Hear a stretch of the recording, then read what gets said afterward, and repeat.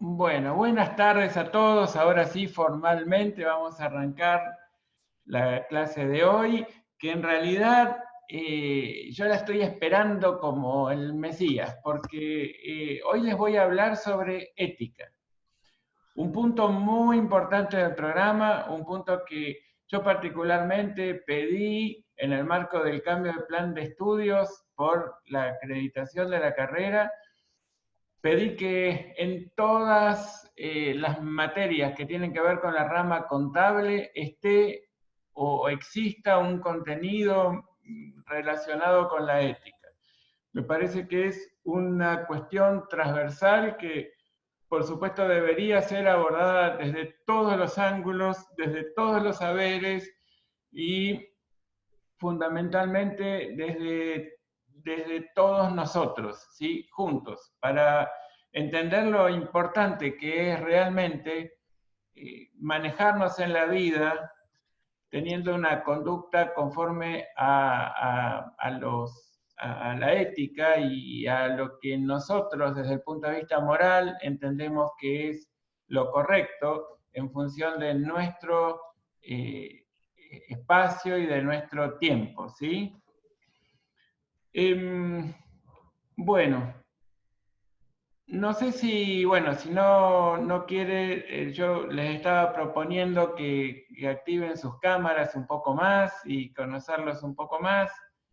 Este, entiendo que algunos no tienen la posibilidad porque tal vez están eh, con algún dispositivo que se los dificulta, pero bueno, sería muy importante que podamos vernos todos, ¿sí? No solamente que ustedes me vean a mí, que soy el que estoy hablando siempre, sino que ustedes también, yo los pueda ver y entre ustedes se puedan ver y también se puedan escuchar. ¿Mm?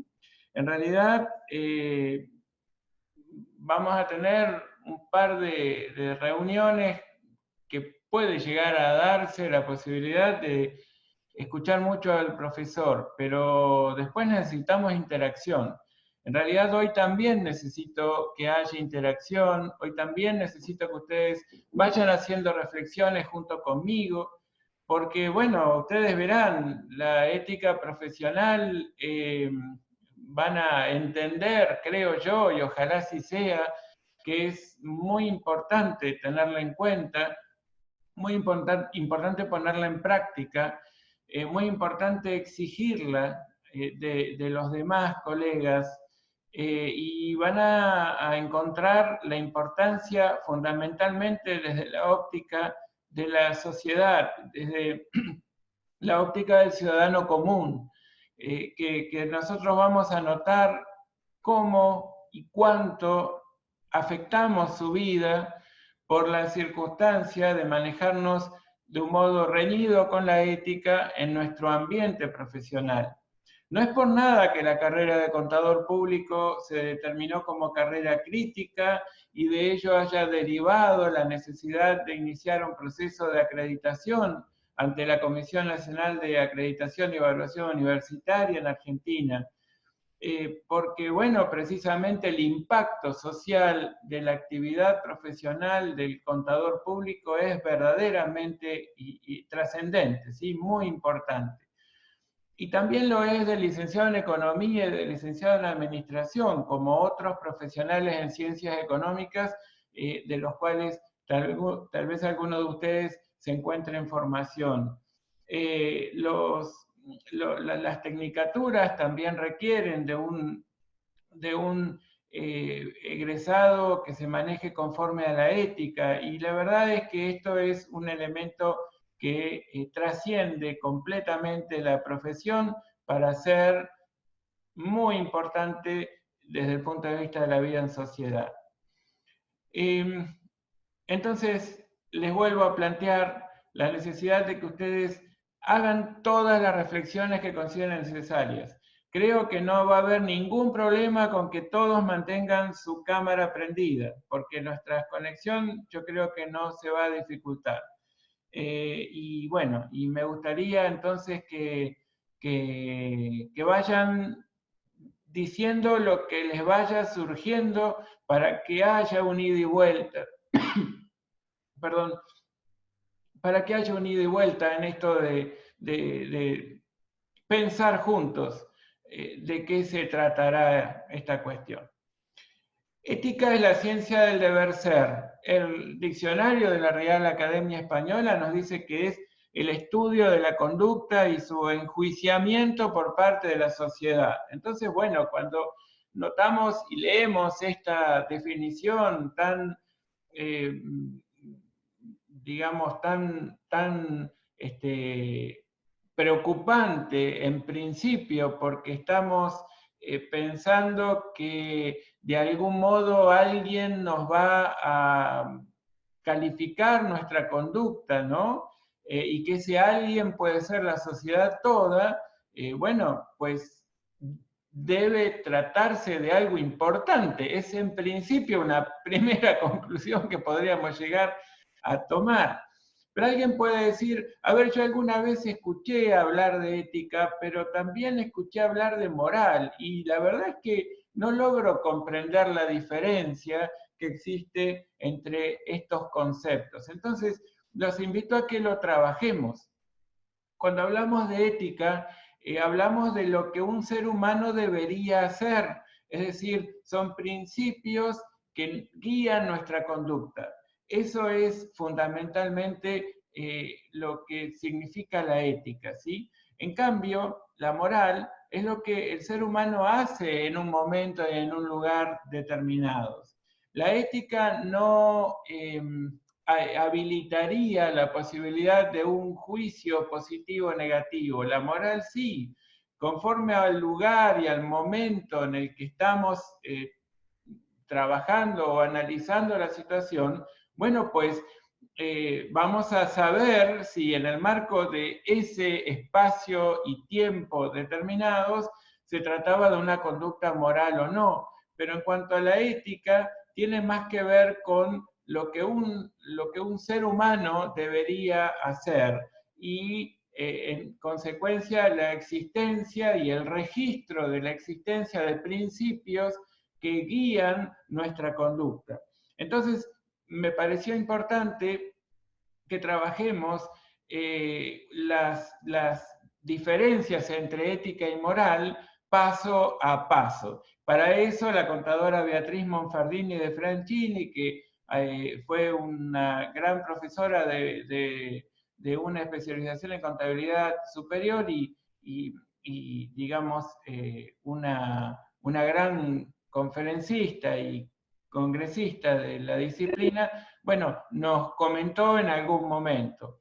Y ella nos comentaba que la ética es lo que el hombre es y que hace referencia al mundo interior, privado, íntimo de cada uno de las personas, que hace a la vida de cada uno y que entonces es lo que el hombre es, lo ético, ¿sí? Y que es permanente y no tiene, como les decía hoy, connotaciones positivas ni negativas. En cambio, cuando hablamos de moral, hablamos de cómo es el hombre, ¿sí? Es la parte exterior del hombre, ¿sí? Lo que él recibe desde su entorno, lo que hace a su vida social y a su vida cultural, tiene que ver con las circunstancias en las que ese hombre se encuentra y expresa una manera de ser. Es por supuesto cambiante porque esto va modificándose en tiempo y espacio y sí tiene connotaciones positivas y negativas. Entonces la verdad es que cuando hablamos de ética en cuanto a lo que el hombre es y cuando hablamos de moral en términos de cómo es el hombre, podemos empezar a entender la dinámica entre lo estrictamente individual respecto de lo que tiene que ver con nuestra vida en comunidad. ¿Mm? Y ahí empezamos a entender por qué, desde el punto de vista ético, deberían existir principios, ¿sí? Principios que guíen nuestra conducta, precisamente porque desde el punto de vista ético, si bien nos referimos a la conducta individual y no susceptible de ser calificada ni positiva ni negativamente, lo que se tiende es a ir definiendo principios que guíen esa conducta para que ese individuo pueda vivir en una comunidad, que en determinado tiempo y espacio considera positivo o negativo determinadas formas de trabajo, ¿sí? Entonces, decimos que lo ético es aquello que se ajusta a las normas morales, ¿sí? Bueno, lo que se adapta a lo que puede ser bueno, positivo, aceptable, ¿sí? Y bueno, y por supuesto, ahí empezamos a entender entonces cómo es esta simbiosis entre lo individual y lo colectivo, entre lo ético y lo moral. Y empezamos a entender por qué, en realidad, en materia de nuestra vida colectiva, nosotros somos cada vez más conscientes que la individualidad cuenta para que esa vida colectiva sea más positiva. Es decir, que si nosotros pretendemos generar un cambio general, ¿no? Un cambio en la comunidad, pues tenemos que arrancar por nosotros mismos, ¿sí? No solo porque lo que predica fundamentalmente no es lo que uno dice, sino lo que uno hace, sino principalmente porque así es como se van definiendo las conductas que permiten una vida en comunidad más positiva, ¿sí? Más agradable. Y a la vuelta de la esquina nos vamos a encontrar con dilemas, es decir, con situaciones que nos plantean caminos alternativos, todos los cuales nos parecen que tienen como alguna parte buena y alguna parte no tan buena, y que entonces nos presentan una situación que a nosotros nos resulta muy complicada de resolver, un dilema ético, un dilema moral. Lo que nos plantea es la necesidad de parar, de pensar la situación para después actuar, ¿no? Y entonces por eso es que les planteo esta regla del semáforo. Nosotros ante una situación que nos resulta compleja, de resolución compleja desde el punto de vista ético y o moral, bueno, tenemos que, digamos, el mejor consejo que les puedo hacer llegar es que apliquemos esta técnica, que paremos, que pensemos y que actuemos. ¿Y en qué sentido? Bueno, aquí les voy a ir dando algunos tips, que los anoto todos ya mismo porque quiero que los vayan viendo a medida que yo voy hablándoles sobre ellos. Por un lado, tenemos que analizar los hechos pertinentes, es decir, tenemos que identificar cuáles son los hechos y cuáles son los principios que desde el punto de vista personal, individual, a mí me tendrían que servir para analizar esos hechos y los impactos positivos, negativos que puedan tener las decisiones que pueda tomar en relación a ellos. Entonces, allí es donde se plantea esto de parar, ¿no? Pensar, bueno, parar y pensar implica esto, implica determinar quién se ve afectado por el resultado del dilema, cómo se puede afectar a cada individuo, cada grupo de personas que bueno, pueden estar alcanzadas por la decisión que pueda ir tomando, identificar alternativas para solucionar el dilema, identificar las consecuencias que cada alternativa pueda traer, siempre buscar fuentes confiables a quien consultar y luego decidir, es decir, actuar, tomando la decisión en el sentido que yo sienta capacidad para respaldarla en todo momento. Es decir, que yo esté completamente decidido en relación o en base a haber encontrado todas las razones por las cuales tenía que tomar ese camino y no el camino alternativo.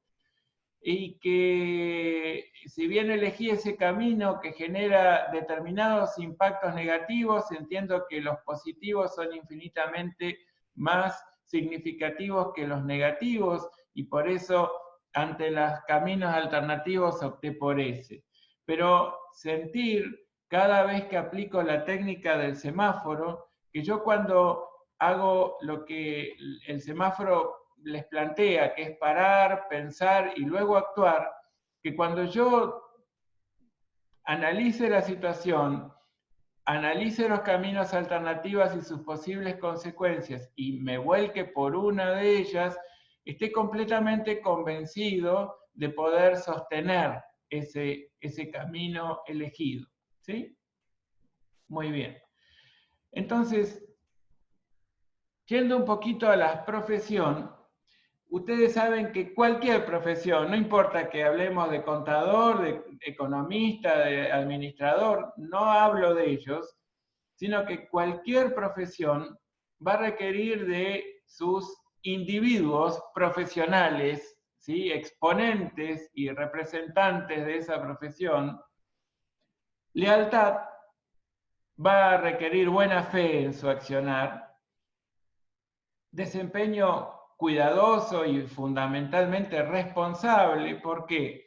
Porque digamos, el que demanda servicios de un profesional, lo que requiere de cualquiera de ellos es un desempeño responsable, por supuesto, conociendo de su especialidad, que respete a sus colegas y que sea discreto.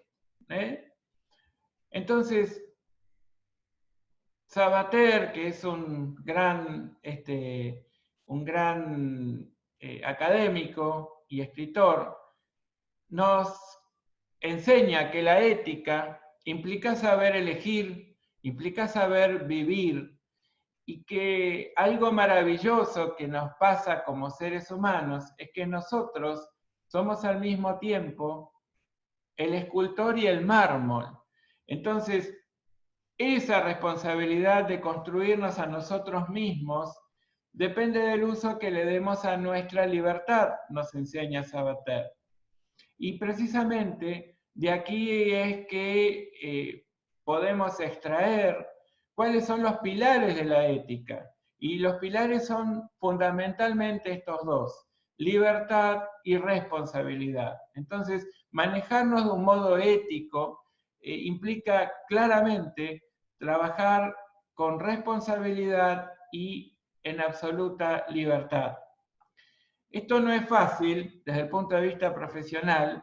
Vamos a ver unas cuantas cosas que nos van a enseñar los códigos de ética, no solamente los nuestros, sino también los que organismos internacionales que nuclean a la profesión toda van planteando, pero por supuesto es completamente posible y además indispensable.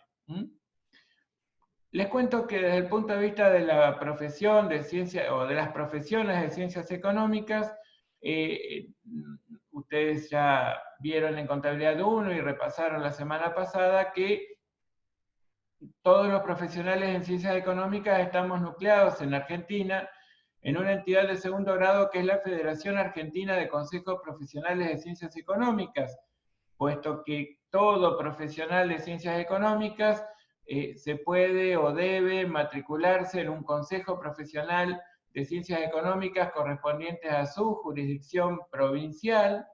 Recuerden que nosotros tenemos 24 jurisdicciones provinciales, ¿sí? Las 23 provincias y la Ciudad Autónoma de Buenos Aires, y juntos conforman, a través de sus representantes, la Federación Argentina de Consejos Profesionales de Ciencias Económicas. Y la FAPSE hace bastante tiempo ya, más de 20 años claramente, definió un código unificado para profesionales en ciencias económicas de Argentina. Y allí nos habla de los valores profesionales, ¿sí?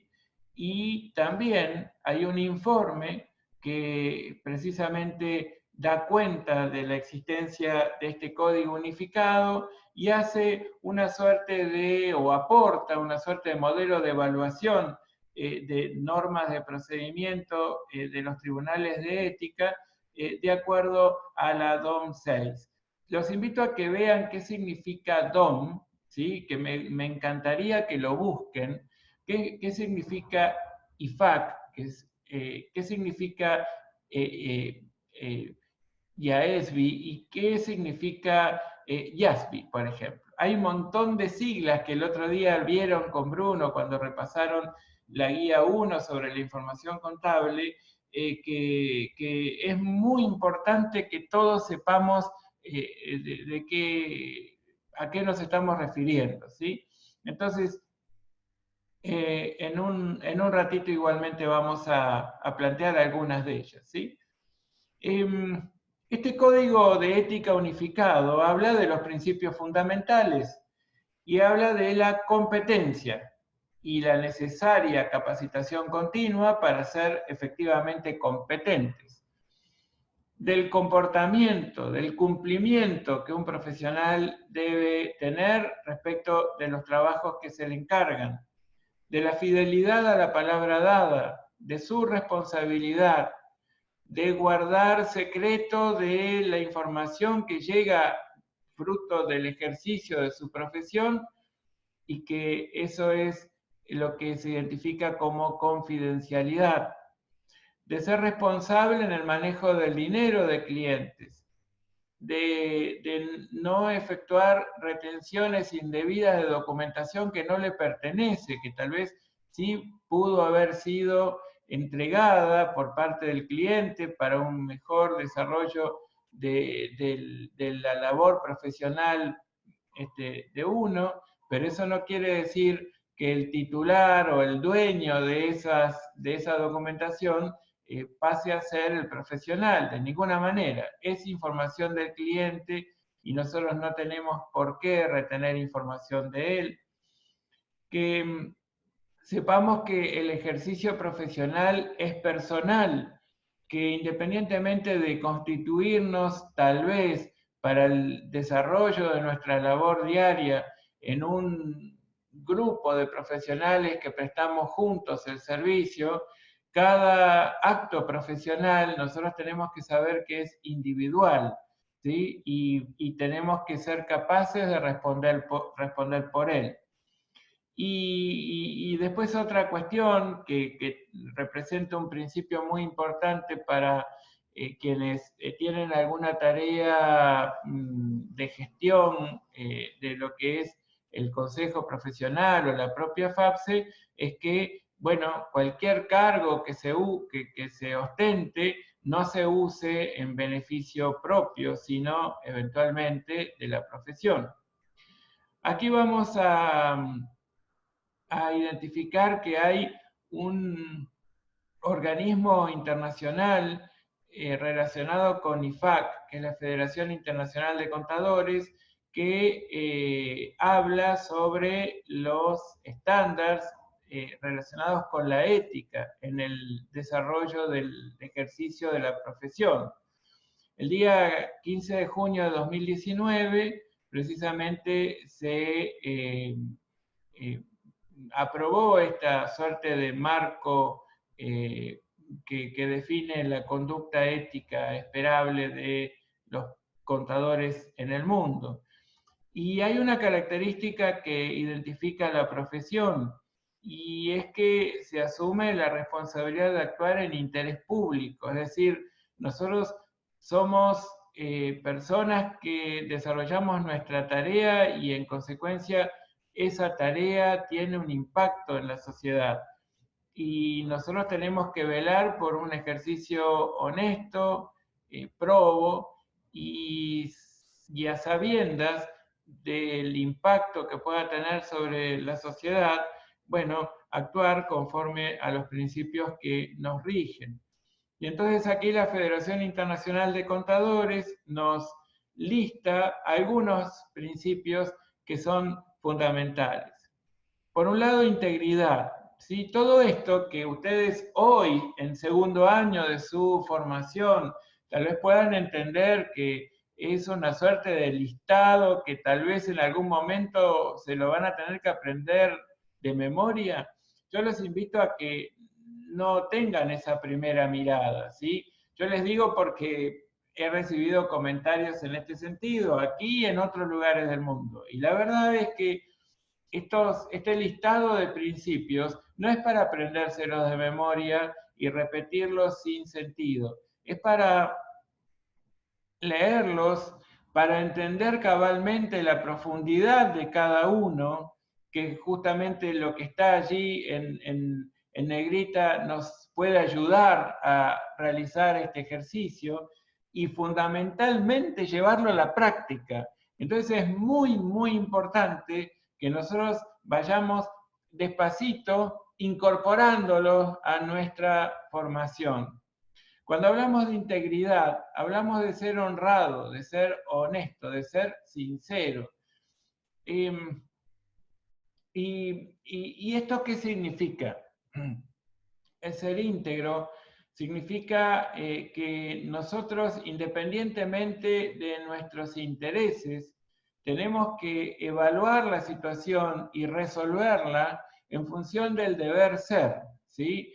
Y muchas veces podemos llegar a sentir que ese deber ser puede dañar o puede estar o puede ir en contra respecto de nuestros propios intereses personales, pues siempre vale más el interés de la comunidad y la protección de la comunidad por sobre la protección o el interés personal. Y hay que ser honrado, hay que ser honesto, hay que ser sincero al trabajar en la profesión. Por supuesto, ser objetivo. ¿Y eso qué significa? Que seamos imparciales, que intelectualmente seamos honestos y profesionalmente libres. Esto parece que es una declamación filosófica y ustedes me pueden decir, ¿y cómo lo llevo a la práctica? Bueno, el ser imparcial significa que si bien yo puedo tener, digamos, puede ponerse a consideración nuestra una situación de la que derive un beneficio posible para nuestro cliente de toda la vida, ¿sí? Y un perjuicio inadmisible para la contraparte que precisamente no fue capaz de evaluar todas las situaciones. Y si uno como profesional puede llegar a advertir que alguna de las partes no está teniendo en consideración todas las alternativas, que claramente se está perjudicando por X razón, ya sea desconocimiento, incorrecto asesoramiento. Bueno, yo no tengo que optar por que mi cliente haga el mejor negocio sin advertir a la contraparte que hay algunos aspectos que debería analizar y respecto a los cuales todavía no lo hizo, ¿sí? Y que yo sea imparcial, entonces significa que no voy a pujar más que por el cumplimiento de lo que debe ocurrir, del deber ser, ¿sí? Que sea libre significa que independientemente de la situación económica en que mis clientes mi cliente me va a pagar los honorarios y en consecuencia, bueno, yo necesito como quedar bien con mi cliente, que es el que paga mis honorarios a cualquier precio, bueno, eso no está bien, eso estaría reñido con el principio de objetividad y haría que yo entonces no esté tomando decisiones de modo libre. Yo estoy de algún modo condicionado por el pago de los honorarios que representa mi sustento. Bueno, lo que el ejercicio de la profesión indica es que uno sea honesto intelectualmente y tome decisiones en completa libertad, independientemente de esos aspectos que puedan llegar a ser en algún sentido admisibles, ¿sí? Porque no es que estoy estafando a nadie, sino que yo estoy pensando que mi cliente de algún modo tiene que verse favorecido por mi accionar, pero que no sea a costa de la contraparte, sino que sea como resultado de un excelente asesoramiento de mi parte, sin causarle un daño a nadie que esté interviniendo en esa operación. Competencia y diligencia profesional. Es muy importante que uno sepa, conozca la especialidad, ¿sí? Que conozca la profesión, que esté actualizado y que uno arbitre los medios necesarios para actuar de modo diligente. Bueno, la confidencialidad, de algún modo ya hoy les hablé un minuto.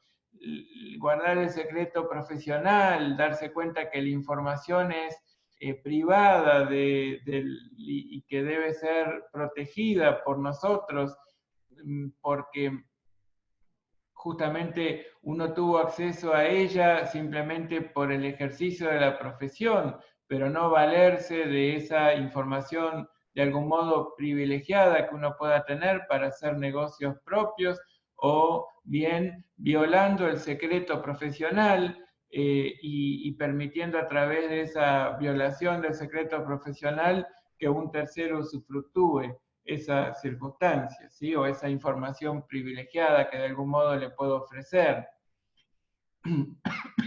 Ofrecer y o vender. Todo esto estaría absolutamente reñido. Y sin embargo, nosotros vemos en el día a día que este tipo de cosas ocurre en nuestra profesión y en muchas, muchas, muchas otras profesiones. Y por supuesto lo que el Código de Ética de la Federación Internacional de Contadores define como comportamiento profesional, en donde nos habla de independencia, de objetividad, de escepticismo, de responsabilidad y de conducta ética, que todo desemboca de algún modo en jerarquizar la profesión o visto desde el lado negativo, no desacreditar la profesión, ¿sí? En realidad, la jerarquización de la profesión es fundamental y nosotros estamos trabajando en un ambiente profesional que ha sido recurrentemente en la historia cercana, en la historia contemporánea, recurrentemente ha sido, les decía, cuestionado. Entonces, por eso les digo, es muy, muy importante que trabajemos estos temas. Y el Código de Ética de IFAC también dice que hay amenazas para, digamos, respecto del cumplimiento de estos principios y, por supuesto, salvaguardas, es decir, acciones que podemos llevar a cabo para eliminar o disminuir el impacto de estas amenazas. Las amenazas son de interés propio, ¿sí? Por supuesto, yo lo que pretendo tiene más peso en la toma de decisiones profesionales que el propio interés de mi cliente o el deber ser. Bueno, eso es una clara amenaza en términos de ejercicio profesional, de autorrevisión, es decir, hay muchos profesionales que no admiten que se pueden equivocar y en consecuencia no revisan sus trabajos, y somos seres humanos y claramente y desde un punto de vista completamente ético nosotros nos podemos equivocar. Pero sin embargo hay una amenaza para detectar el impacto y digamos la ocurrencia de un error, el haber incurrido en un error, que es la amenaza de no admitir la revisión de los propios trabajos. Y bueno, y esto puede llegar a significar un gran problema en términos éticos del ejercicio profesional. También de abogacía. Nosotros abogamos por el cumplimiento de los objetivos de nuestro cliente, pero siempre existe un límite por esta cuestión y nosotros no nos podemos convertir repentinamente en los defensores a ultranza de los intereses de nuestros clientes, ¿sí? Todo tiene un límite que nos da nuestra participación, digamos, en cuyo marco no estamos tomando partido, ¿sí? Lo tenemos que hacer siempre desde un punto de vista objetivo.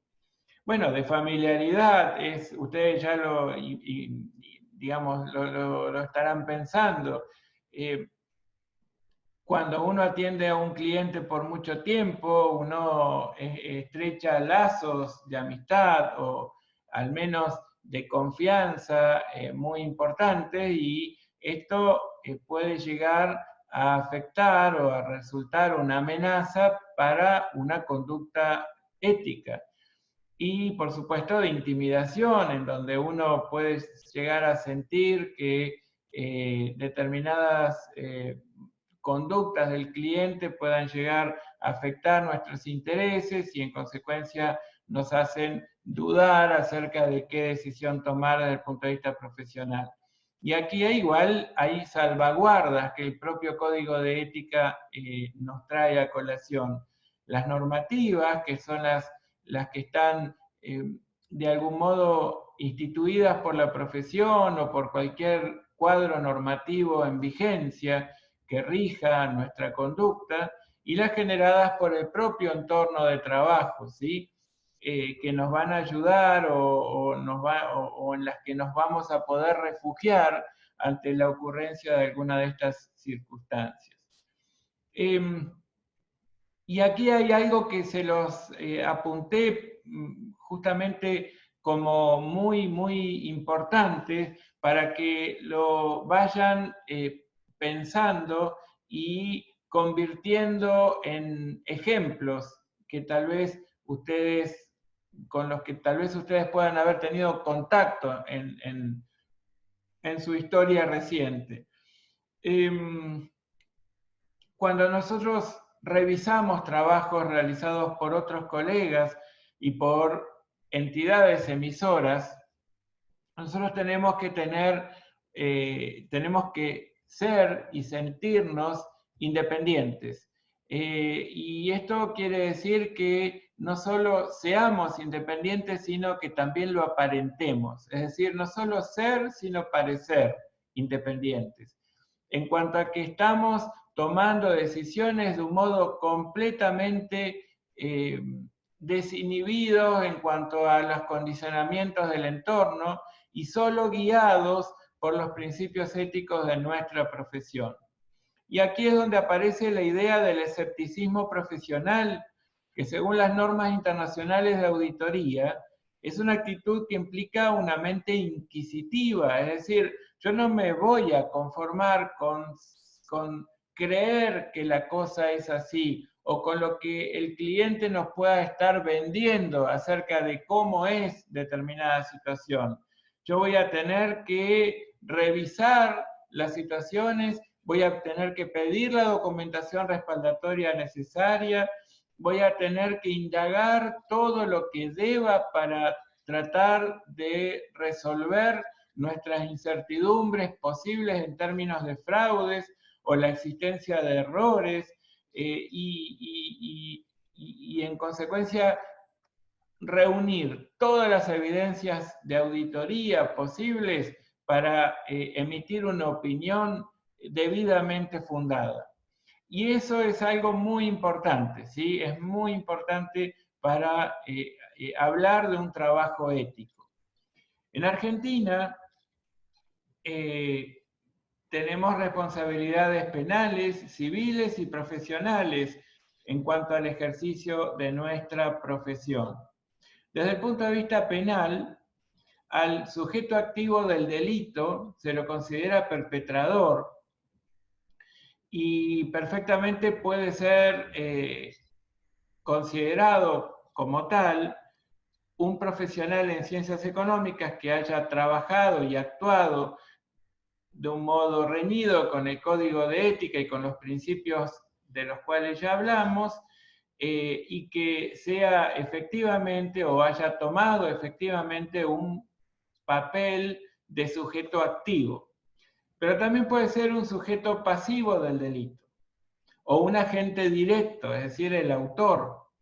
O también puede cabernos la responsabilidad por ser partícipe o cómplice principal en nuestra función de síndico, en cuyo marco velamos por la revisión de la legalidad de los actos, o bien de un modo secundario en nuestra función o el desarrollo de nuestra tarea de auditores. Es decir, cuando revisamos si la información contable puesta a consideración de los terceros está confeccionada y presentada conforme a las normas que rigen la profesión.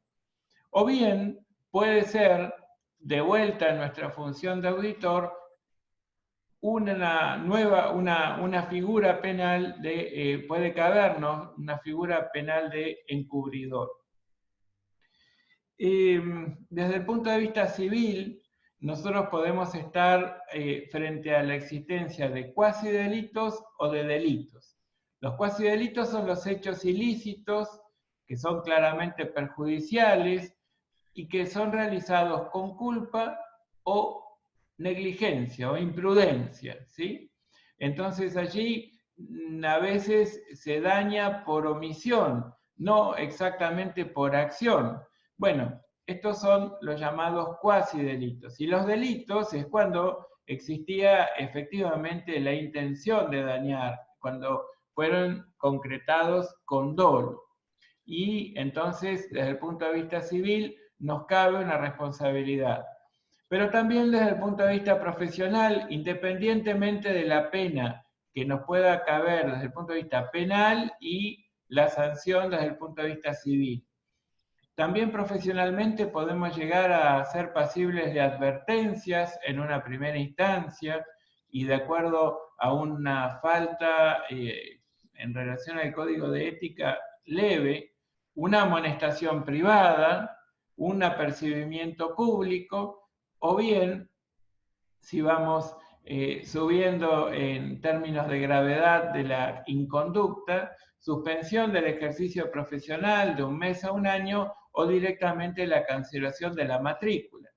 Ustedes saben que en nuestras universidades en Argentina, las 133 carreras que se dictan en la Argentina para ser contador público, que forman contadores públicos, tienen una particularidad que no representa algo así como una característica común en al resto del mundo. Nuestros títulos no son solo académicos, sino también nos habilitan al ejercicio de la profesión. En el término del ejercicio de la tarea del contador, el contador tiene que matricularse obligatoriamente en los consejos profesionales, al menos en el consejo profesional que corresponde a la jurisdicción en la que va a desarrollar sus tareas. Y la verdad es que la cancelación de la matrícula en ese caso implicaría la imposibilidad perpetua del ejercicio de la profesión de modo legal. Y esa sería entonces la sanción más grave desde el punto de vista de, del Código de Ética Unificado, emitido en el año 2000 por FAPSE y tomado por todos los consejos profesionales del país. Bueno, muchas veces les dije y les diré y les recordaré que las ciencias económicas, la ciencia económica es una ciencia social que estudia modos de organización de las sociedades. ¿Para qué? Para que en un determinado tiempo satisfaga sus necesidades a través de la administración de bienes y de recursos que son escasos, ¿sí? Que son finitos. Este es el desafío mayor de nuestras profesiones, ya sea del administrador, del economista, del contador. ¿Y qué es un profesional? Bueno, ni más ni menos que la persona que sustenta su vida ejerciendo una actividad que corresponde a un saber específico, para lo cual naturalmente se ha formado, y que esa calificación de profesional no solamente esté vinculada con el título habilitante, sino que también represente un compromiso con el ejercicio ético, un ejercicio de excelencia de sus servicios profesionales y que honre a la profesión a la que pertenece. Estamos en un tiempo muy complejo, no solamente por el surgimiento de una pandemia que la Organización Mundial de la Salud determinó hace un año atrás respecto de lo que es el COVID-19, el coronavirus, sino también una pandemia que ya venía de antes y que nos sigue dañando el día a día personal y social, grupal, en muchos países del mundo, y que es la corrupción.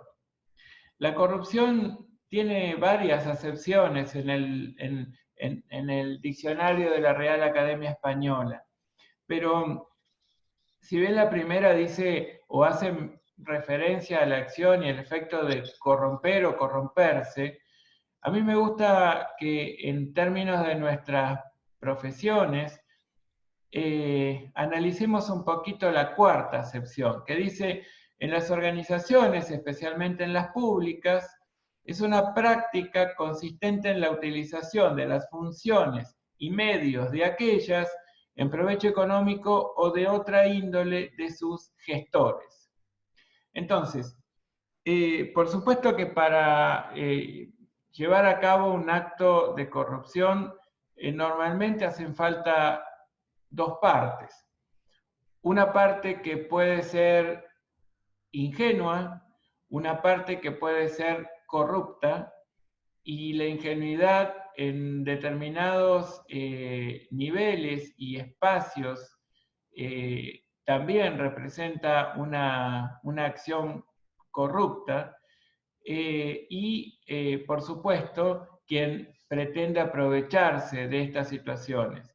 Y siempre existe la posibilidad de que en definitiva ambas partes se vean beneficiadas por la concreción de determinada circunstancia o determinado hecho.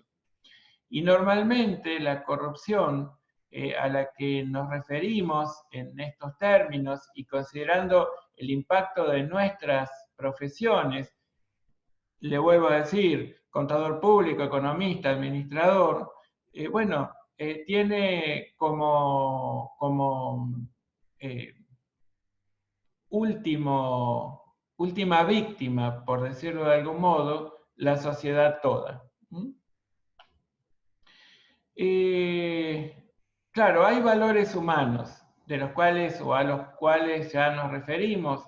Hay valores como la honestidad, la solidaridad, la responsabilidad, que por supuesto tienen que ver con nuestra esencia de seres humanos, ¿sí? También valores que tienen que ver con el ejercicio de nuestras profesiones. La honradez, la probidad, la diligencia, la excelencia, la sinceridad, la capacitación. Podemos, digamos, incluir algunos más en todo este listado. Y de la conjunción de ambos, valores humanos y profesionales, surge lo que podemos identificar como la ética global.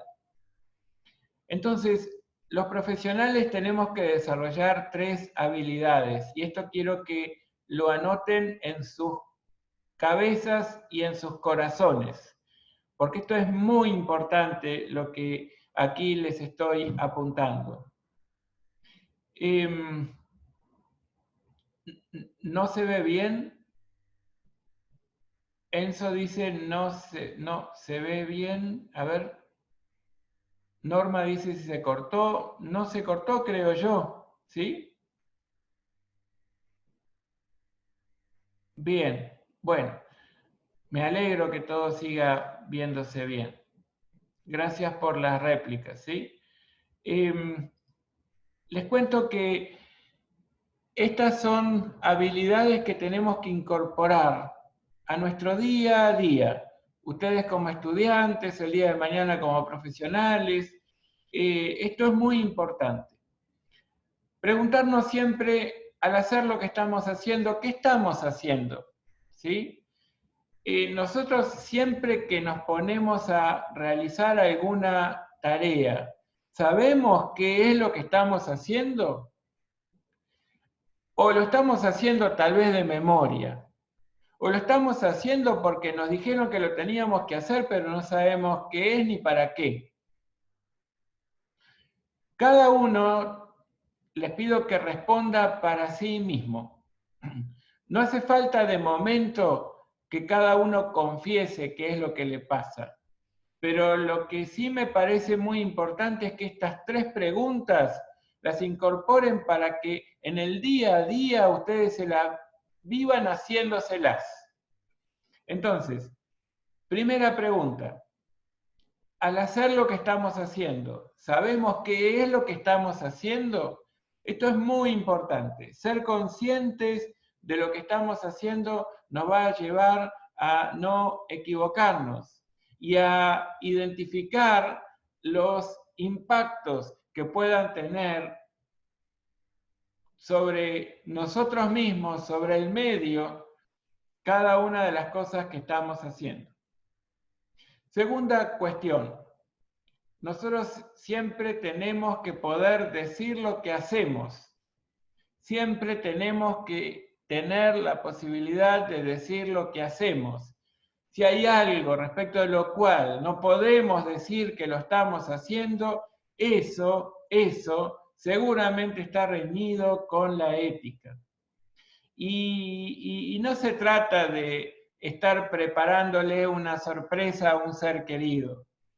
A eso no nos estamos refiriendo. Nos estamos refiriendo a si somos capaces de decir lo que hacemos, porque no tenemos ningún problema en transparentar nuestra conducta.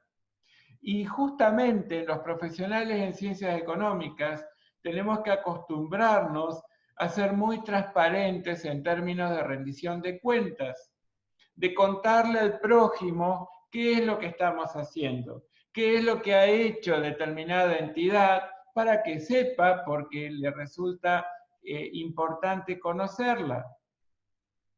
Y tercero, si somos capaces de hacer lo que decimos. Y fíjense que entre la pregunta segunda y la pregunta tercera alguien puede decir, aquí hay un juego de palabras. ¿Podemos decir lo que hacemos y hacer lo que decimos? Sí, como quieran verlo, pero tiene una profundidad conceptual muy fuerte. Nosotros tenemos que siempre ser capaces de decir lo que hacemos y siempre tenemos que ser capaces de hacer lo que decimos. Ser congruentes con respecto a aquello que pregonamos, ¿sí? Entonces, mal yo puedo hablarles sobre la necesidad de la capacitación continua en la profesión si yo no me actualizo. Entonces yo tengo que decir lo que hago y tengo que ser capaz de hacer lo que digo que hago, ¿sí? Esta congruencia actitudinal es fundamental para poder trabajar en el marco de la ética en la profesión, ¿sí? En un marco ético. Y estas son habilidades muy importantes de no perder, ¿sí? A lo largo de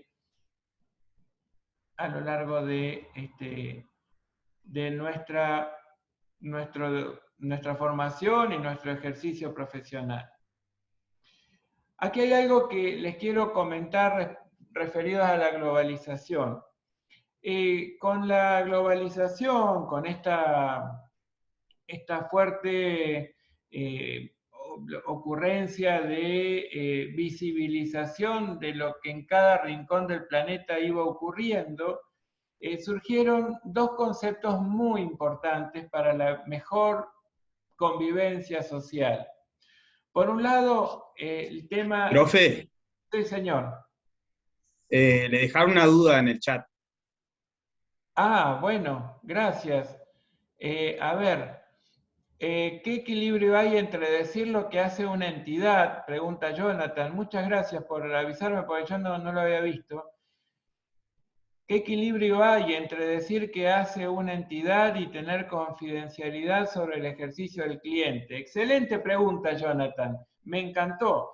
Él nos dice, hay un equilibrio como una línea muy fina entre decir lo que hace una entidad y pecar por no guardar secreto sobre lo que se relaciona o está relacionado con lo que una entidad hace y que pueda llegar a afectar su competitividad en el mercado, por ejemplo.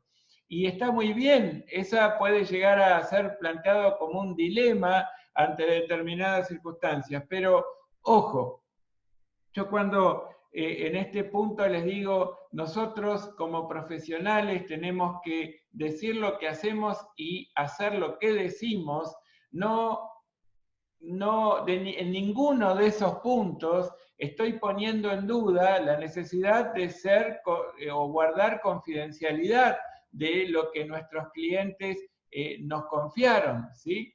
Entonces, decir lo que hacemos es ser transparentes. Entonces, si yo les estoy planteando la necesidad de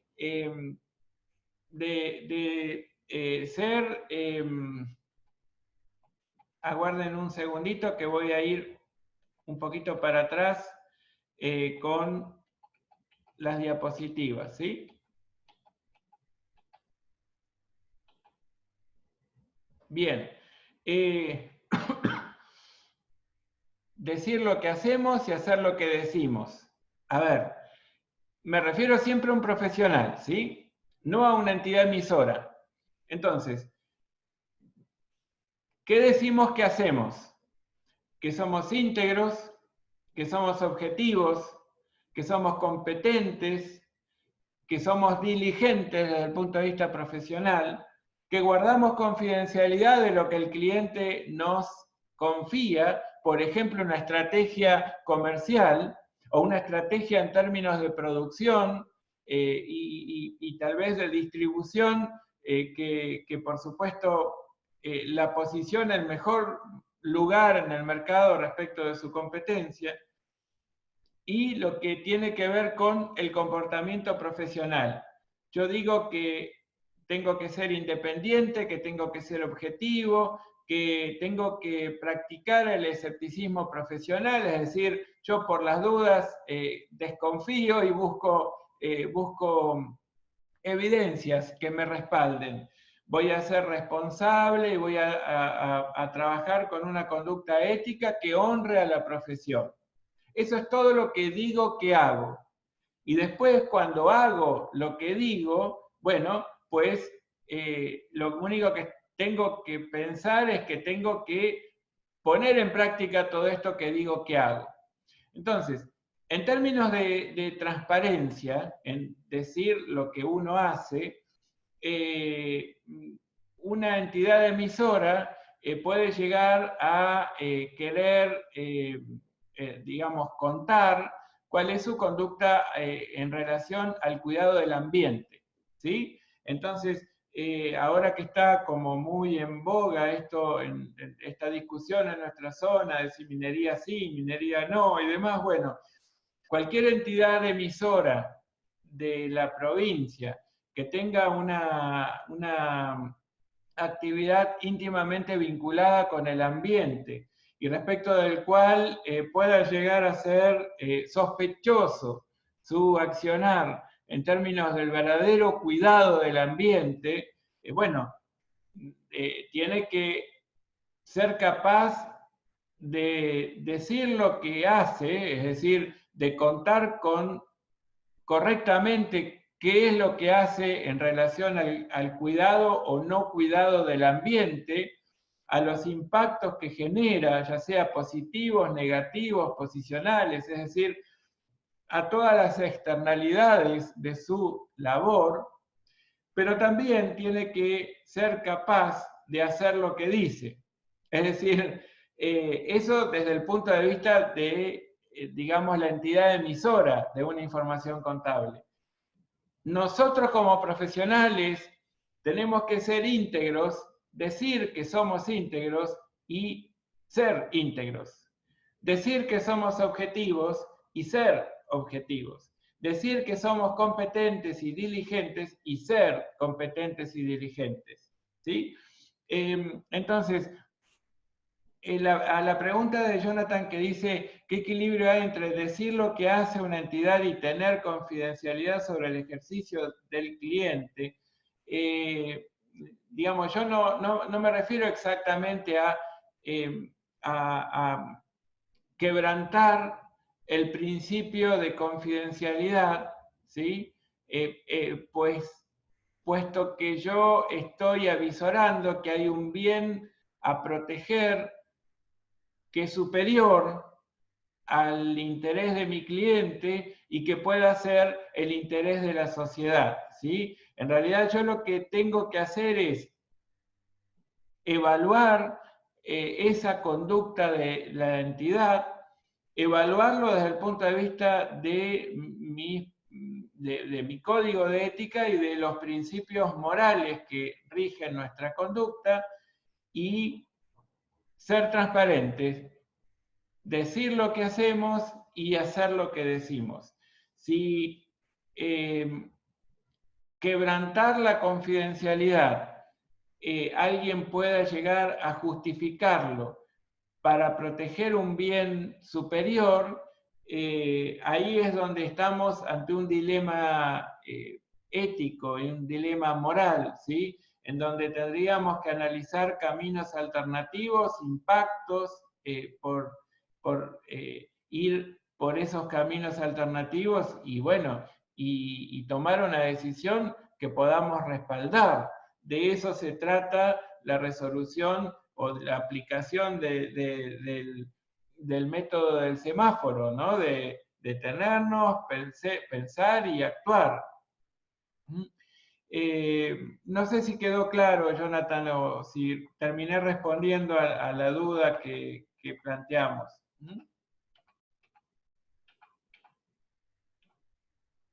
Bueno, muchas gracias por la pregunta.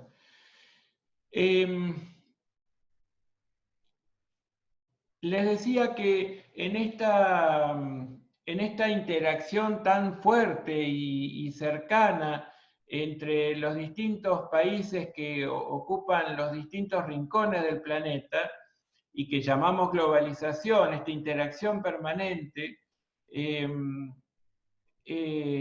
que derribó fronteras, que derribó un conjunto de limitantes que hasta no hace mucho tiempo existían para que podamos interactuar, surgieron dos conceptos muy importantes, el de responsabilidad social empresaria y el de responsabilidad social profesional. La responsabilidad social empresaria importa hacer negocios basados en principios éticos y apegados a la ley, tal como allí se los apunté. Ni más ni menos que eso significa que cualquier entidad emisora de información contable pueda decir qué es lo que hace y hacer lo que dice que hace, ¿sí? ¿Y por qué? Porque se ajusta a principios éticos y a las normas que rigen su actividad, ni más ni menos que eso. Desde el punto de vista profesional, nosotros como profesionales tenemos un deber ético de internalizar las externalidades. ¿A qué llamamos externalidades? Que yo así tangencialmente hace un ratito hablé de ellas y no las definí. Tal vez ustedes puede ser que sea la primera vez que escuchan el término. Una externalidad es un impacto no necesariamente buscado, que en algún sentido puede ser positivo para ciertos actores o negativos para otros, o también puede considerarse una externalidad en términos posicionales, por ejemplo, no sé, una persona que está sobrecalificada para un determinado puesto, en fin. Pero lo cierto es que el desarrollo de las actividades por parte de un agente económico, y en particular el desarrollo de la actividad profesional para un contador, un economista, un administrador, genera impactos. Y esos impactos yo tengo que ser capaces de identificarlos. Y esos impactos pueden ser positivos o negativos, pero yo tengo el deber ético de identificar esos impactos, de internalizar las externalidades que genera nuestra tarea profesional y de algún modo actuar, ¿sí?, conforme la evaluación que haga de la situación que se esté dando, ¿sí?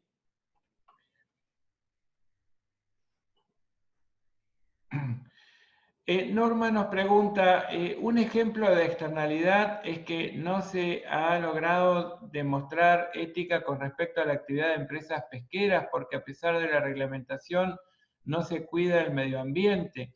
Bueno, en realidad una externalidad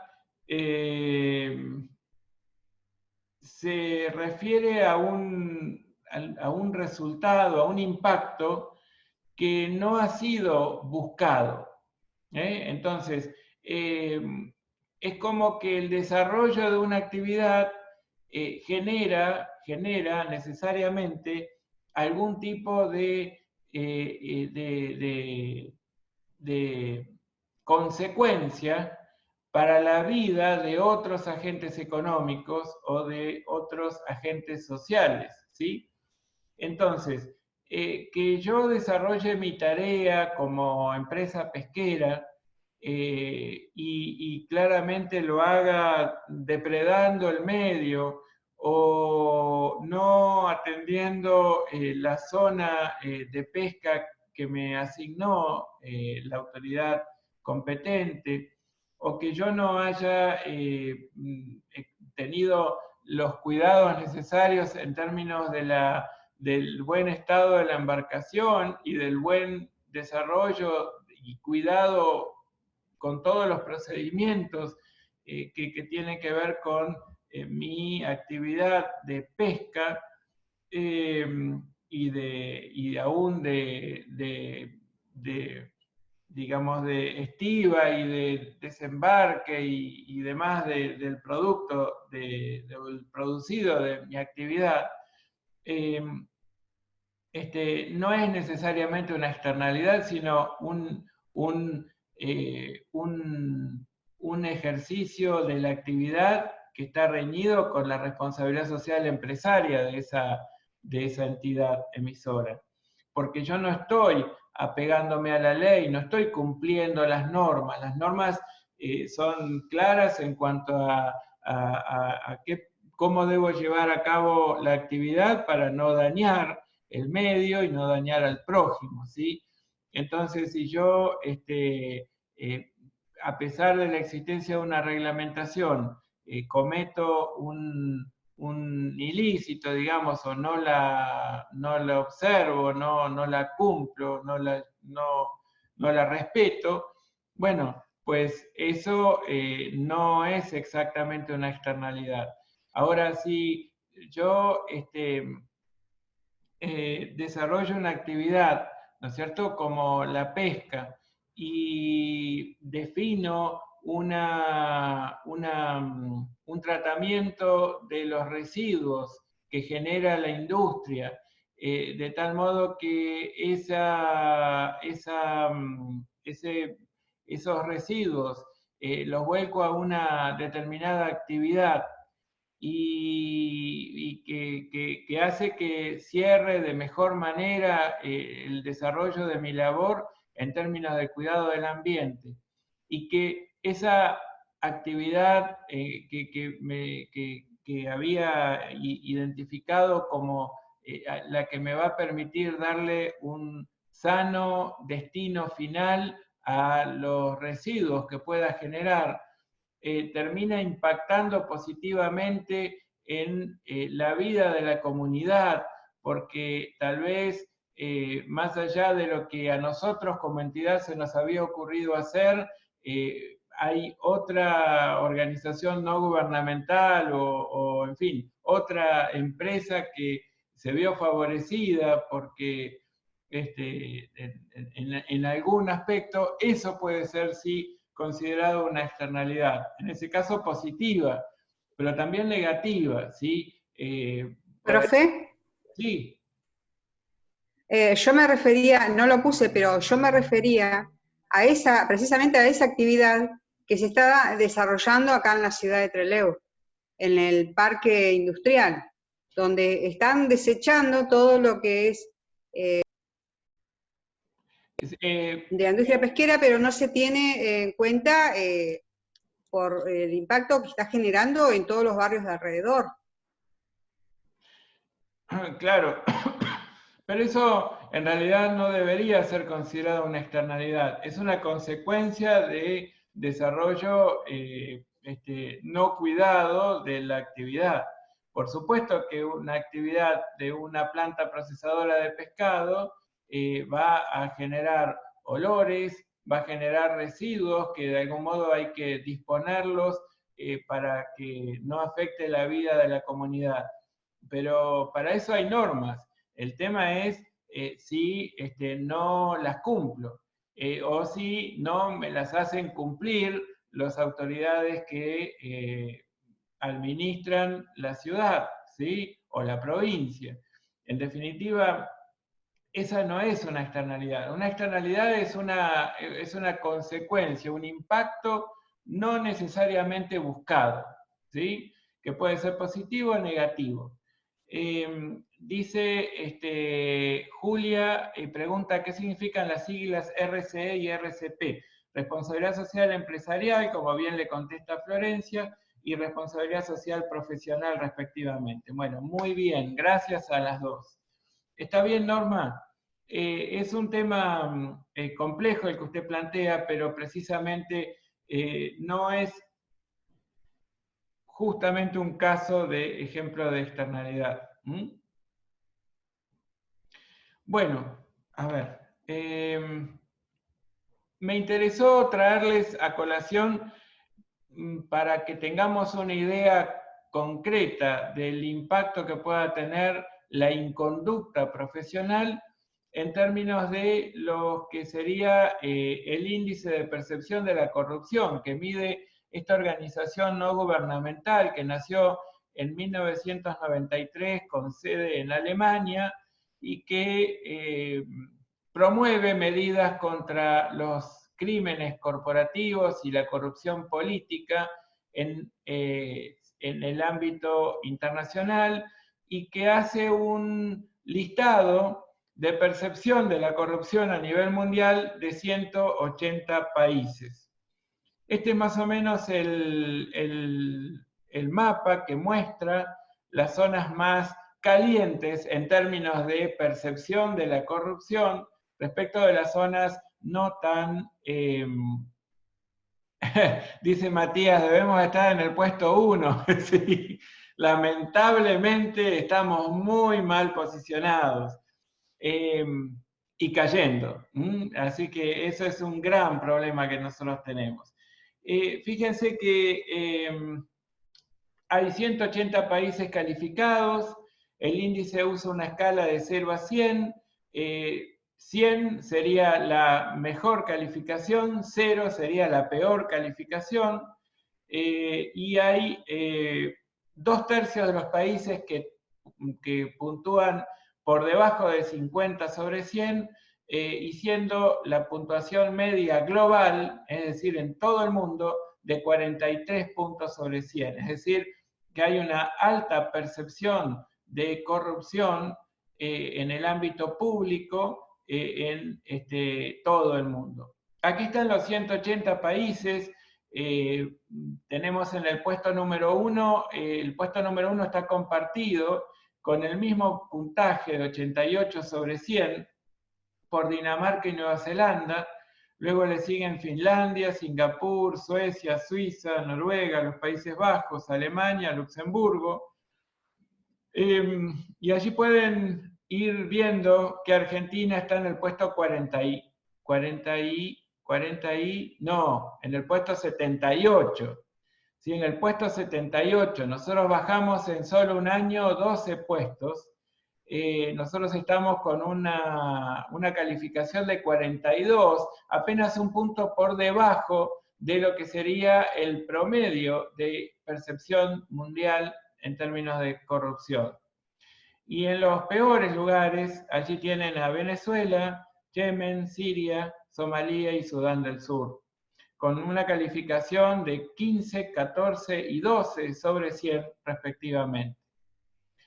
Los países entonces con más alta puntuación, como les dije, son los que están allí mostrados en amarillo y en rojo los que acabo de contarles. Esta es la puntuación media por región. En Europa Occidental encontramos la máxima puntuación, ¿sí? Y lo que sería la Unión Europea. Después le sigue Asia-Pacífico, con la mejor puntuación de esa región, que es Nueva Zelanda, con 88, y la más baja de Corea del Norte, pero un promedio de 45.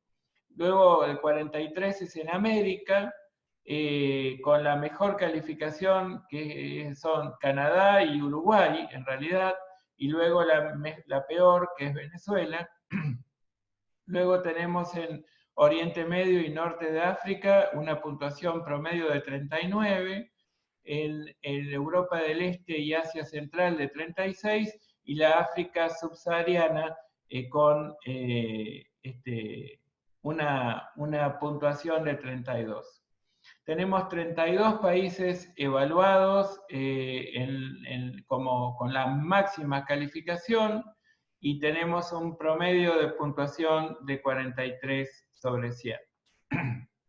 Esto es cómo evolucionó el índice de percepción de la corrupción en Argentina en los últimos años.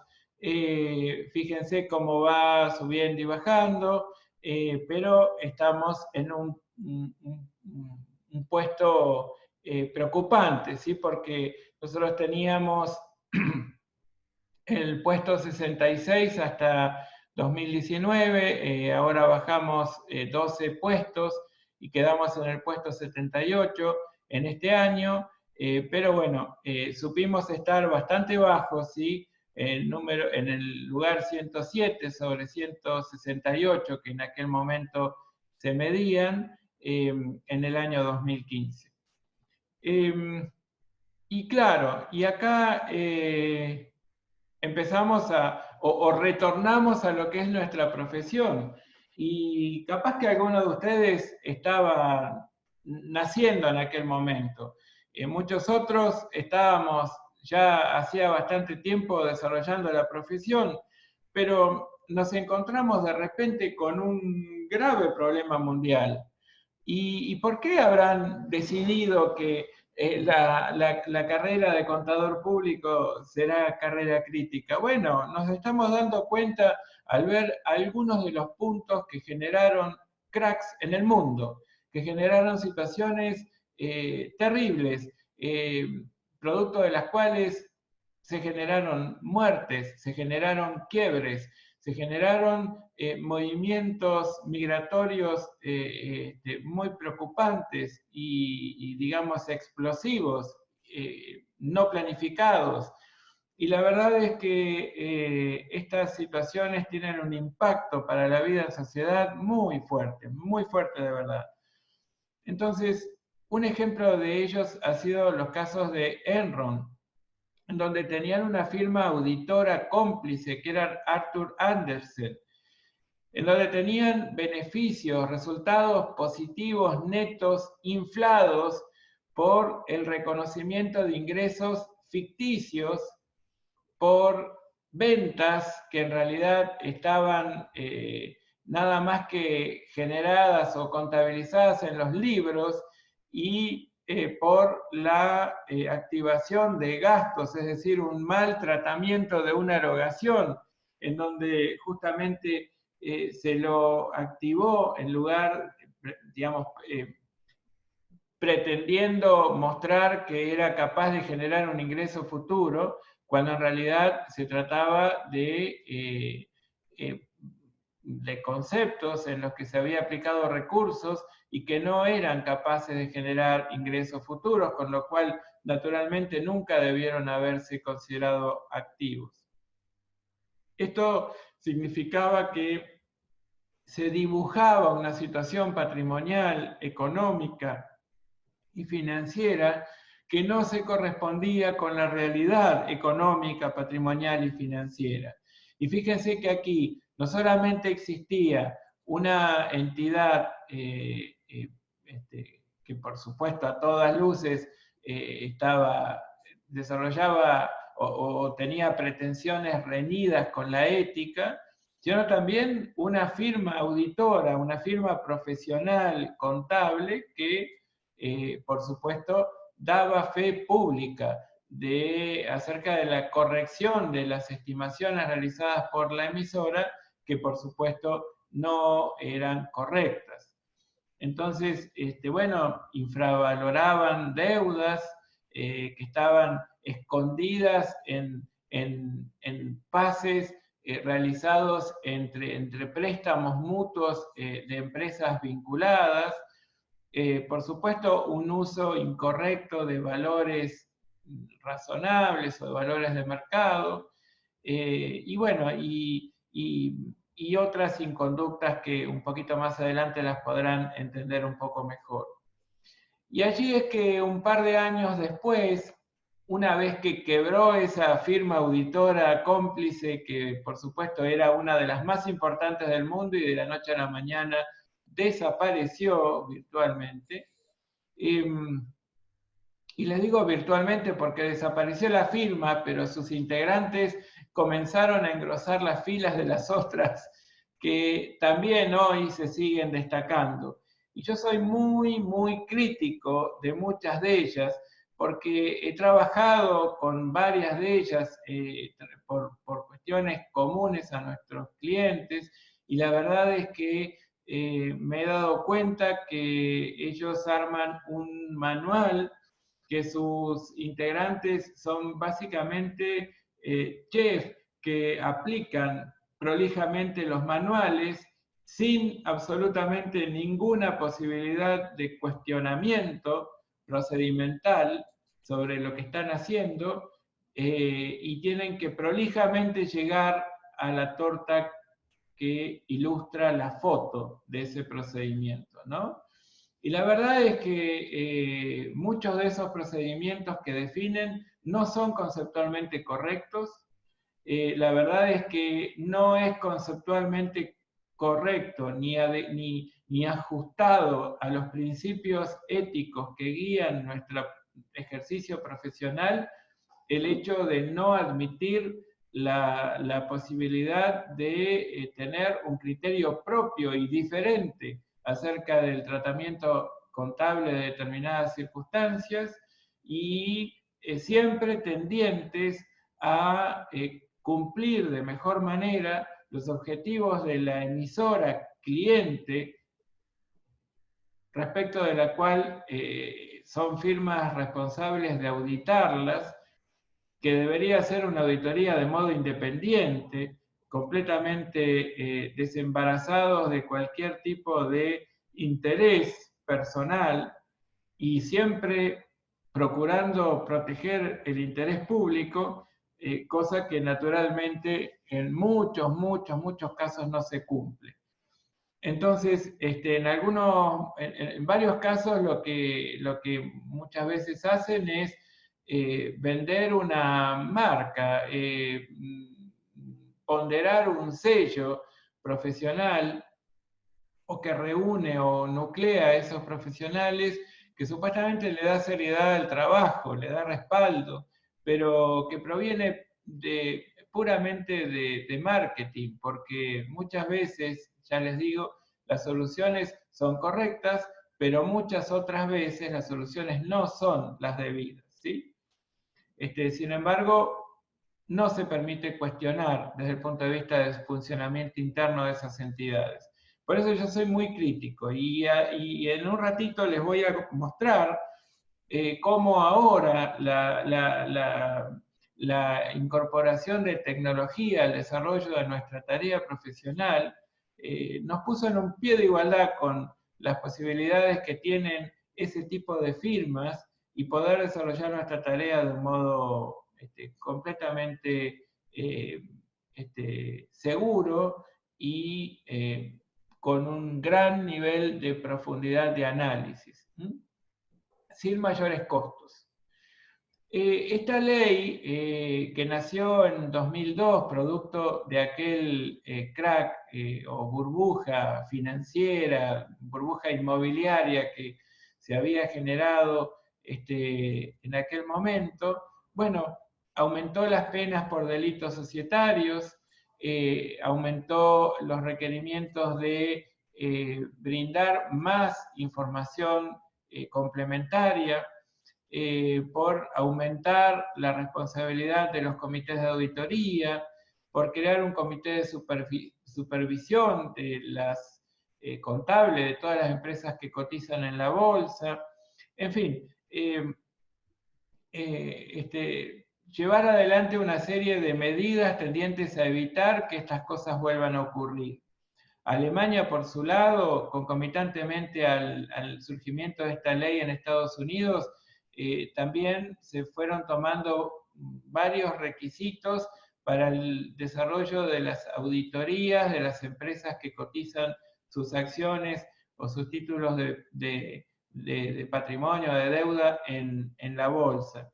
Y bueno, establecieron la necesidad de separar los servicios de auditoría de los de consultoría, por ejemplo, de seleccionar un auditor por parte de un comité independiente de la dirección, de realizar una auditoría de fraude y error, no solamente para ver si se ajusta a las normas de auditoría vigentes, en fin, una serie de cuestiones que fueron o tendieron a desarrollar un poco mejor la labor de auditoría. Pero les quiero traer a colación, y no es por nada, más que porque estamos hablando de ética y del ejercicio correcto de la profesión, estamos obligados a hablar de pasión. ¿Por qué? Porque esta fuerza interna, esta motivación, este entusiasmo, nos invitaría necesariamente a desarrollar bien la profesión. No nos perdonaríamos que si somos apasionados por lo que hacemos, si nos gusta lo que hacemos, si queremos lo que hacemos, no nos permitiríamos hacerlo mal, no nos permitiríamos desarrollar nuestra labor de un modo reñido con la ética. Y Jorge Túa Pereda, que es un catedrático español maravilloso, que lo hemos tenido en Argentina en un par de oportunidades, nos enseña que es necesario revolucionar la docencia para lograr un cambio verdadero, un cambio profundo, prestando una atención preferente al fundamento más que a la práctica, a la lógica más que a la mecánica y a las capacidades más que a los conocimientos, es decir, a las competencias. Esto que nos marca Jorge Túa Pereda es muy importante que lo traslademos, no solamente a lo que es nuestra actividad universitaria de enseñanza y de aprendizaje, que es mutua, sino también la tengamos presente para el ejercicio pro de la profesión.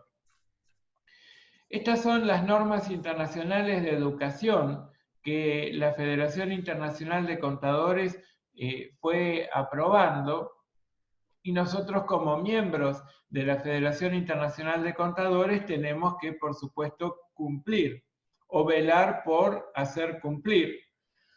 La 4, la norma internacional de educación número 4, fíjense a qué se refiere: a valores, ética y actitudes, al escepticismo profesional, a los principios éticos y a la identificación del compromiso con el interés público que nosotros como profesionales tenemos que tener.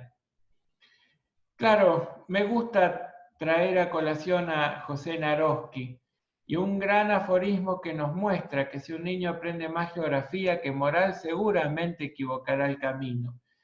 Fíjense, cada uno introspectivamente analice si en el colegio, si en el seno de la familia, si en su trayecto de formación profesional que hasta aquí ha caminado, ha desarrollado, no le enseñaron mucha geografía y poca moral.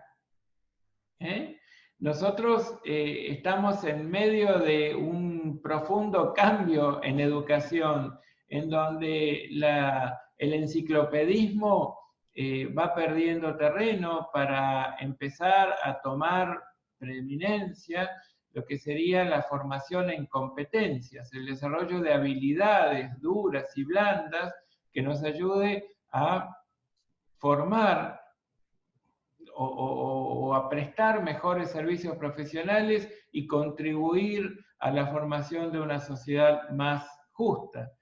La verdad es que creo que hasta ahora realmente nos han enseñado más geografía que moral, y por eso es que estamos equivocando tanto el camino. Entonces, si nosotros nos ponemos a analizar un poquito, creo que aquí vamos a encontrar el origen de muchos de nuestros males. Ahora, respecto del futuro de la profesión contable, ¿qué podemos decir? ¿Qué podemos avisorar respecto del futuro de nuestra profesión? Bueno, que cada vez el uso de las tecnologías de información y comunicación se tornan más relevantes, que precisamente nosotros como profesionales nos estamos dejando de ocupar del desarrollo de tareas repetitivas porque la robótica ha empezado a hacer las tareas repetitivas de nuestra profesión, para empezar a dedicarnos a brindar un asesoramiento en términos de análisis de información en tiempo real. Esto es también una cuestión muy importante en lo que hace a la administración de los riesgos que se desarrolla o que se vinculan estrechamente con el desarrollo de la actividad de nuestros clientes y nuestra propia actividad profesional. Decía Tony Robbins, que es un gran orador motivacional, que todas las decisiones en la vida son axiológicas, son, digamos, de valores. Y esto es muy importante que lo tengamos presente, porque fíjense todo lo que estudiamos recién en relación a la ética y el sano desarrollo de nuestra profesión, que nos muestra la necesidad de ser conscientes de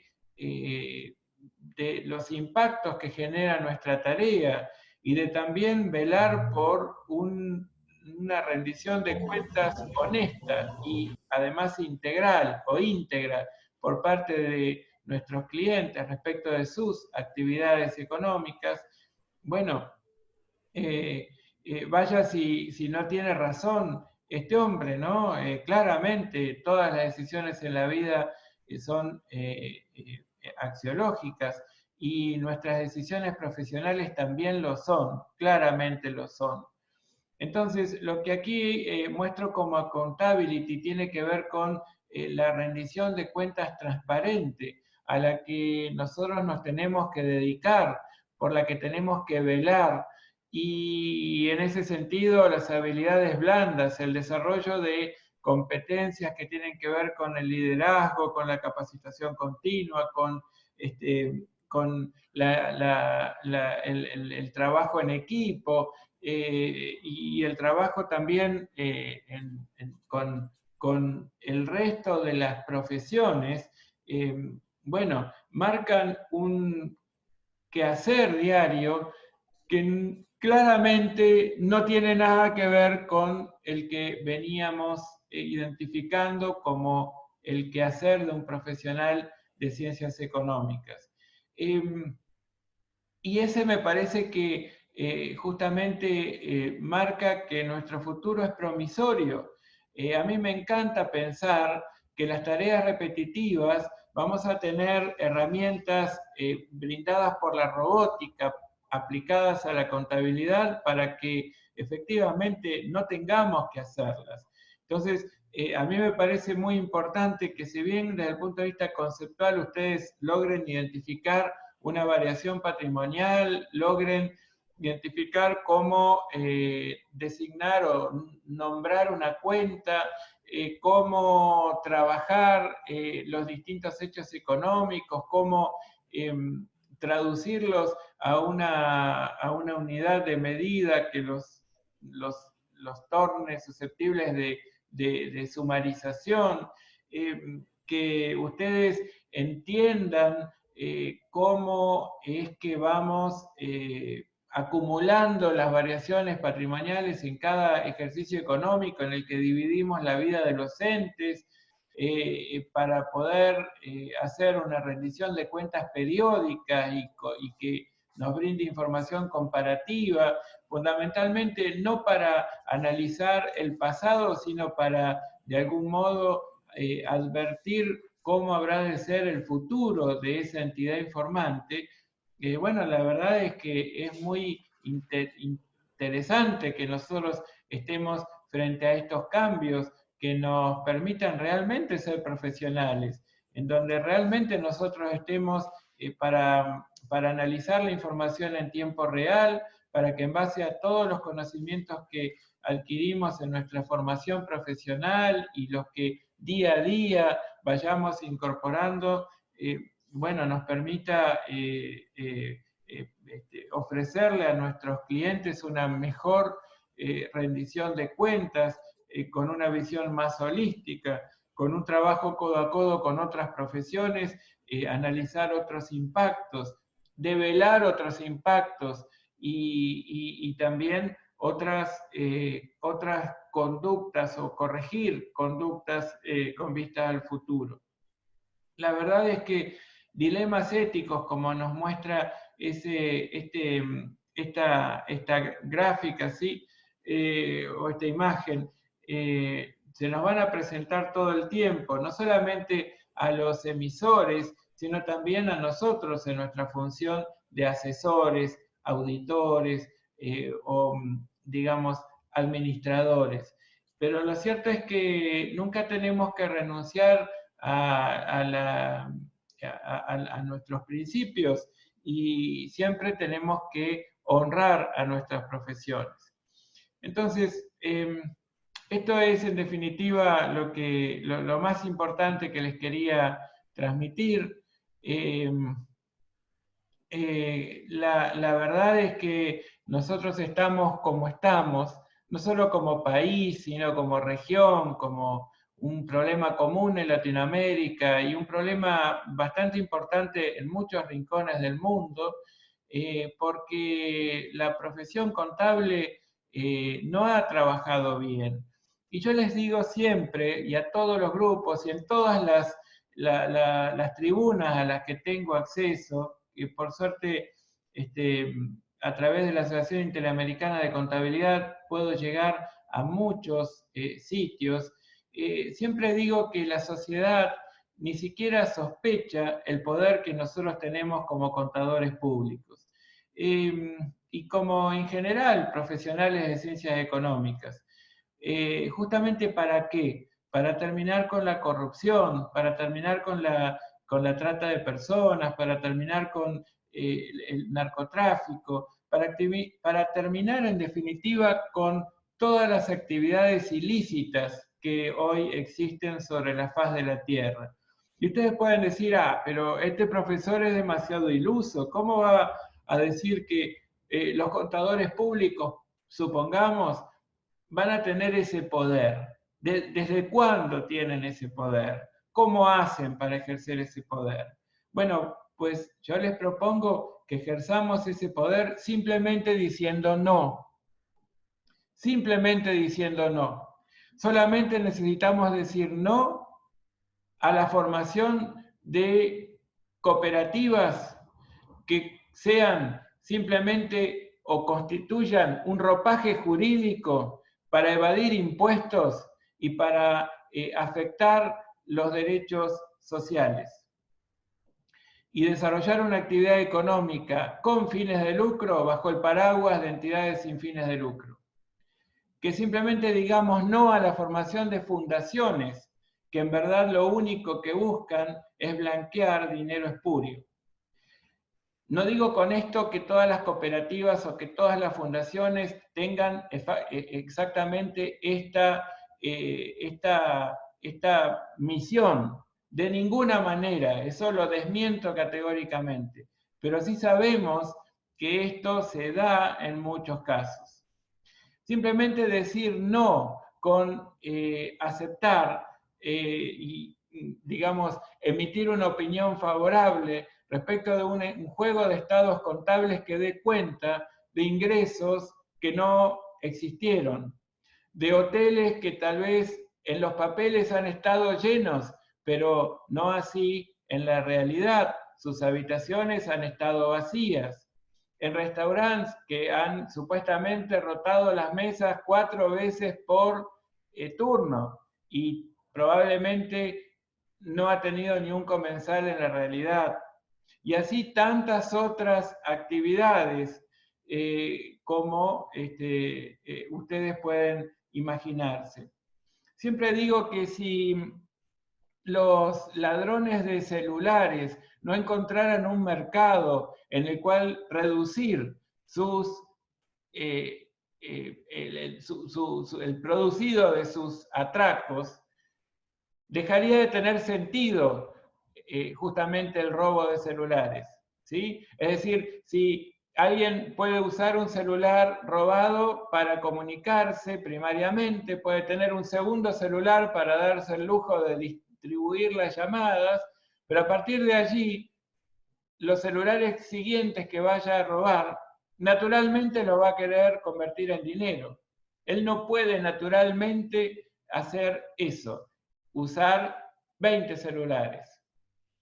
Un corrupto que se hace de dinero proveniente de sus actividades corruptas, o un narcotraficante, o una persona que desarrollando cualquiera de las tantas actividades ilícitas se hacen de un muy importante cúmulo de recursos económicos, llegado a un punto, necesita volcarlos a una actividad lícita. Ya sus gustos se los habrá dado, habrá viajado, se habrá comprado un buen vehículo, en fin, construido una buena casa, pero lo cierto es que llega un punto en el que necesita volcarlos a una actividad lícita. Y allí estamos nosotros, los contadores públicos, los administradores, los economistas, para entonces decirle no. Yo no voy a ofrecerle mis servicios profesionales para que pueda formar una entidad capaz de blanquear, es decir, incorporar al circuito lícito dinero proveniente de actividades ilícitas. Y así es que nosotros podemos claramente terminar con todas estas actividades ilícitas. Así como dejaría de cobrar sentido robar celulares si es que se terminara el mercado de compra de celulares muy baratos, bueno, pues pasaría lo mismo en términos de la incorporación, la imposibilidad de incorporar a actividades lícitas dinero proveniente de ilícitos. Entonces, la sociedad, creo yo, no es demasiado consciente del impacto que nuestro quehacer profesional tiene sobre ella. Y esto es algo que nosotros como expertos, nosotros como profesionales en ciencias económicas, tenemos que ser obligatoriamente conscientes. Esto es muy importante que lo incorporen desde ahora que están desarrollando sus primeros pasos en la formación profesional. Esto es básico para honrar nuestra profesión. Claramente, nosotros, y como mensaje final, tenemos que honrar no solamente a la profesión, sino también a la entidad que nos formó y a los formadores que han tenido un papel, han desarrollado un papel importante en nuestra propia formación. Y la verdad es que el cliente y la sociedad demanda de nosotros una solución diestra, una solución que provenga de la aplicación de nuestro quehacer especializado, de nuestro saber especializado, pero también enmarcado en el respeto de los principios que contiene nuestro código de ética que nos guía, ¿sí? Que nos marca límites y que nosotros nunca deberíamos trasponer. Entonces, lo cierto es que yo creo que con que cada uno de nosotros haga lo que diga y diga lo que haga y que por supuesto seamos completamente conscientes de lo que estamos haciendo cada vez que nos ponemos a laborar en algo, y bueno, ya va a empezar a resolverse el problema de la sociedad. Piensen con los casos que ustedes conocen, a los casos que ustedes tienen acceso, los que nos muestran con un sesgo u otro los distintos canales de noticias o medios periodísticos. Piensen y analícenlo en forma autónoma y totalmente, digamos, fuera digamos, o alejados de cualquier tipo de posición dogmática, y analícenlo desde el punto de vista estrictamente profesional.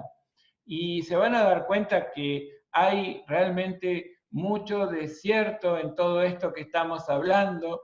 Se van a dar cuenta que es verdaderamente importante tener en cuenta todos estos principios. Y la verdad es que los beneficiados van a ser todos, sí, pero también nosotros, aún si lo ven desde el punto de vista egoísta, individualista, también van a verse beneficiados por una conducta ética. Entonces, no hay razones, sinceramente, ni desde lo individual, ni mucho menos de lo colectivo, para apartarnos de estos principios que acabamos de repasar. Y la verdad es que tenemos un mandato, y ese mandato lo tenemos que empezar a cumplir desde hoy mismo, si es que no éramos conscientes de él hasta hoy. Y bueno, y ustedes tienen este desafío. Nosotros somos el presente de la profesión, ustedes el futuro. Y la verdad es que los convoco desde el corazón a que abracen estos principios y no los dejen ir nunca más. Muchas gracias.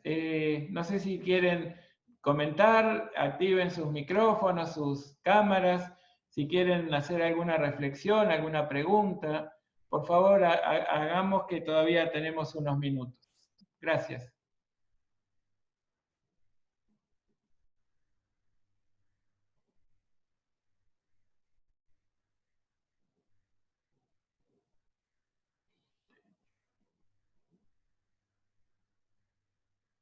les pido que en el chat, bueno, muchas gracias, hacen algunas observaciones por privado, pero lo pueden hacer para todos, ¿sí? Allí si despliegan donde dice enviar a, allí pueden poner o todos o elegir algún destinatario y allí pueden hacerlo para todos. Muchas gracias a los que escriben.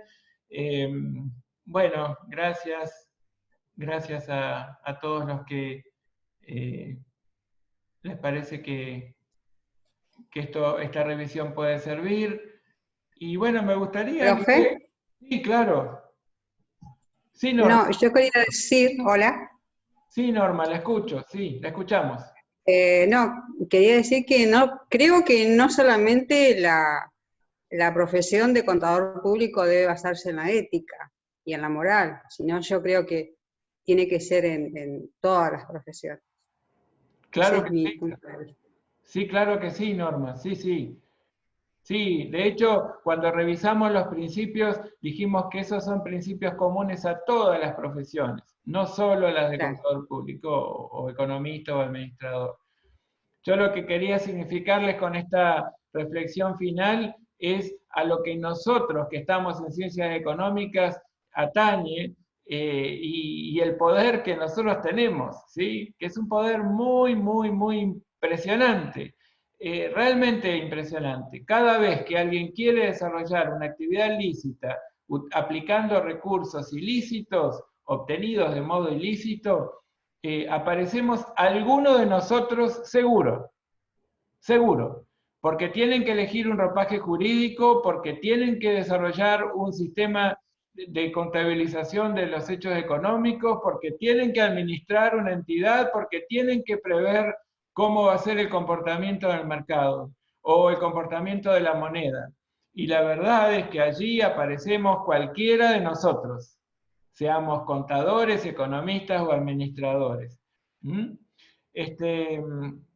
La verdad, bueno, gracias Alan, la verdad es que me encantaría que hagan suyas todas estas cuestiones, que vayan caminando por la vida pregonándolas y fundamentalmente poniéndolas en práctica. Eso va a cambiar sus vidas, pero también van a ayudar a mejorar ostensiblemente la vida del prójimo.